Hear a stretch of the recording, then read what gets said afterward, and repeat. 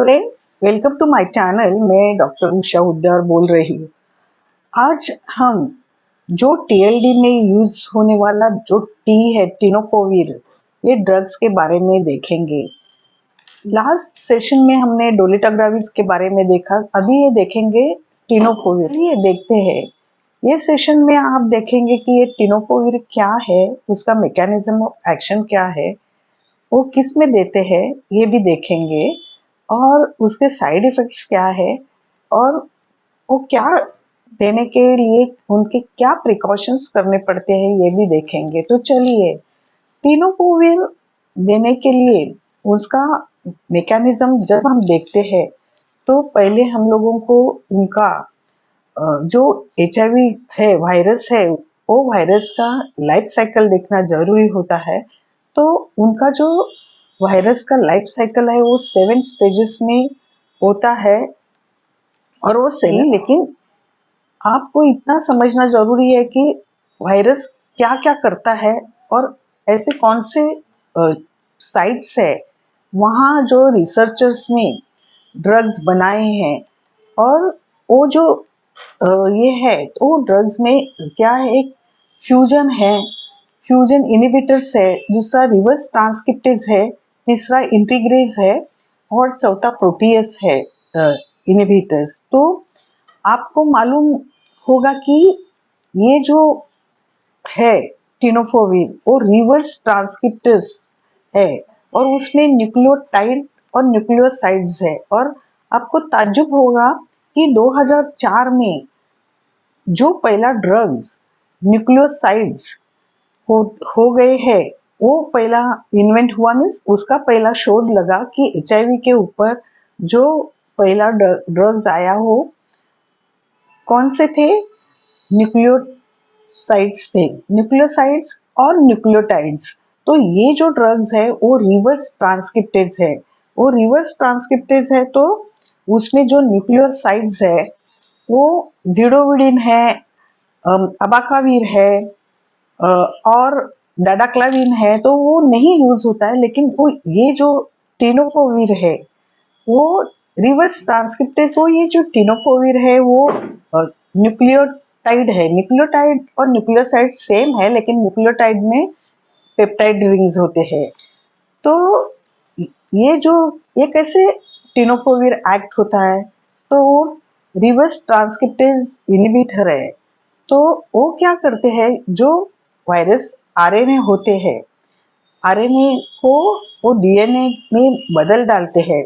तो ये जो स्टेप है आरएनए से डीएनए, उस पे ये रिवर्स ट्रांसक्रिप्टेज, वो न्यूक्लियोसाइड्स हो या न्यूक्लियोटाइड हो, वो उसमें ब्लॉक करता है और डीएनए नहीं बनाता। अभी ये डीएनए जब नहीं बनता तो क्या होता है, तो जो उसकी वायरस की रिप्लिकेटिंग पावर है वो ब्लॉक होती है। तो वायरस है और रिप्लिकेशन वो जो है और कॉपीज बनाने की उनकी शक्ति है वो थम जाती है। इसलिए ये मेन ड्रग्स है। आपने देखा होगा पहले टीएलई था, अभी टीएलडी है। तो और ये आपको ताज्जुब भी हो गया, मैंने पहले ही बताया कि ये जो रिवर्स ट्रांसक्रिप्टेज ब्लॉकर्स है, इनहिबिटर्स, वो पहले उनकी खोज हो गई थी और वो पहले अपना एचआईवी पेशेंट्स में दिखे गए। अभी ये नेफ्रोटॉक्सिक ड्रग्स है, तो उसमें वो क्या करता है, फैंकोनिस सिंड्रोम देता है। उसमें नॉर्मोग्लाइसेमिक ग्लाइकोसूरिया होता है, और दूसरा प्रोटीनूरिया होता है, तीसरा हाइपोफॉस्फेटेमिया होता है, और चौथा हाइपोयूरेसिमिया होता है। ये अगर 4 सिम्टम्स होते हैं तो उसको फैंकोनियस सिंड्रोम होता है। वो बोन डी मिनरलाइजेशन भी करते हैं और ऑस्टियोपेनिया देते हैं, और एजोटोमिया, और कभी कभी रेयरली उसका एक्यूट रीनल फेल्योर भी होता है। तो ये टिनोफोविर देने के पहले हम क्या करते हैं, मैंने बताया ये जो 3 डिजीज है, मीन्स अगर वो पेशेंट किडनी से कुछ सफर नहीं है ना, उसको किडनी का कोई डिजीज नहीं है ये देखते हैं, ब्लड प्रेशर है क्या देखते हैं, और उसका डायबिटीज कैसा है ये भी रूल आउट करते हैं। अभी इसका ये पेशेंट में हम मॉनिटर कैसे करते हैं, तो लेबोरेटरी से हम मॉनिटर करते हैं। हर 6 महीने में उनका सीरम क्रियाटिनिन करते हैं, और सीरम क्रिएटिनिन से उनका क्रिएटिनिन जो लेवल है, क्रिएटिनिन का क्लियरेंस वो देखते हैं। अभी क्रिएटिनिन क्लियरेंस के वक्त क्या होता है, जब वो क्रिएटिनिन क्लियरेंस बिलो 10 आता है तो उसको हम डिस्कार्ड करते हैं, मीन्स उसको टिनोपोविर को नहीं देते। और जब वो 10 से 20 10 से 30 आता है अगर वो क्रिएटिनिन क्लियरेंस, तो उसको हम ट्वाइस अ वीक देते हैं टिनोपोविर।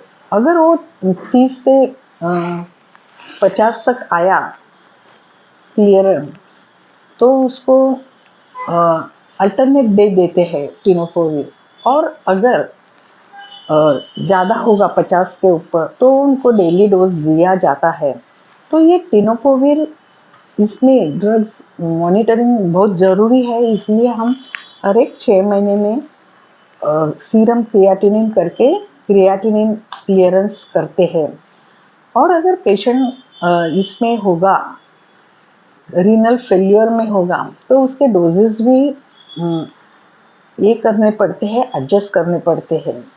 तो मैंने ये डोजेस का मैंने बोला कि 10 होगा तो नहीं देने का, 10 से 30 होगा तो आप ये दीजिए, ट्वाइस अ वीक दीजिए, 30 से 50 होगा तो थ्राइस अ वीक दीजिए। और अगर उसके ऊपर 50 के ऊपर होगा तो कुछ डर नहीं है, हर रोज हम दे सकते हैं से। और उनका में किडनी के ऊपर उनका कितना परिणाम होता है वो दिख जाता है। और अगर उसी वक्त हम यूरिन रूटीन भी देखते हैं, अगर उसमें ग्लूकोज आया, प्रोटीन्स आए हैं और भी अगर दिखाई दे दीजिए। फिर मैंने बताया कि प्री एग्जिस्टिंग अगर रीनल डिजीज होगा, डायबिटीज होगा, हाइपरटेंशन होगा, तो उसमें मॉनिटर करना पड़ता है। और अगर उसके साथ ड्रग्स भी अगर देते हैं आप, amphotericin B, aminoglycosides, acyclovir, NSAIDs, cidofovir, trimexol, तो मॉनिटर करना ज़रूरी होता है। और हमेशा ये ध्यान में रखिए कि उनका ये जो है वो मॉनिटर करना पड़ता है, क्योंकि टिनोपोविर एक नेफ्रोटॉक्सिक ड्रग्स है। और उनके जो एडवर्स रिएक्शंस होते हैं मैंने वो बोले हैं, लेकिन जनरल एडवर्स रिएक्शंस जो बोलते हैं हिमेटोलॉजिकल, न्यूरोलॉजिकल, मेटाबॉलिक, वो भी हो सकते हैं। फ्रेंड्स, तो आज हमने देखा कि टिनोपोविर भी कितना महत्वपूर्ण है। और इसलिए हम हमेशा टिनोपोविर के साथ डैमिविडिन और ये करते हैं, क्या देते हैं, डोलिटाग्राविर देते हैं। तो आज का ये नया जो है टीएलडी, वो भी पोटेंट ड्रग है। लेकिन अगर मैंने आपको बताया कि 10 के नीचे अगर क्लियरेंस आ गया क्रिएटिनिन, तो क्या करने का है, तो वो डिस्कार्ड करके दूसरे ड्रग्स देने के हैं क्या, तो हाँ, तो उसके साथ हम सब्स्टिट्यूट अबाकाविर करते हैं, तो एएलडी देते हैं। और वो एएलडी देके भी हर 6 महीना में फिर से सीरम क्रिएटिनिन करके उसका क्लियरेंस देखते हैं। और एक बार अगर उनको ये आ गया टिनोपोविर का क्लियरेंस बिलो 10 आ गया, तो पेशेंट को अबाकाविर के ऊपर ही रख देते हैं। तो आज मैंने आपको टिनोपोविर के बारे में डिटेल में बात की, शायद आपको ये अच्छा लगा होगा। तो अगर आपको ये अच्छा लगा तो लाइक करिए, कमेंट करिए, शेयर करिए और मेरे चैनल को सब्सक्राइब करिए। धन्यवाद।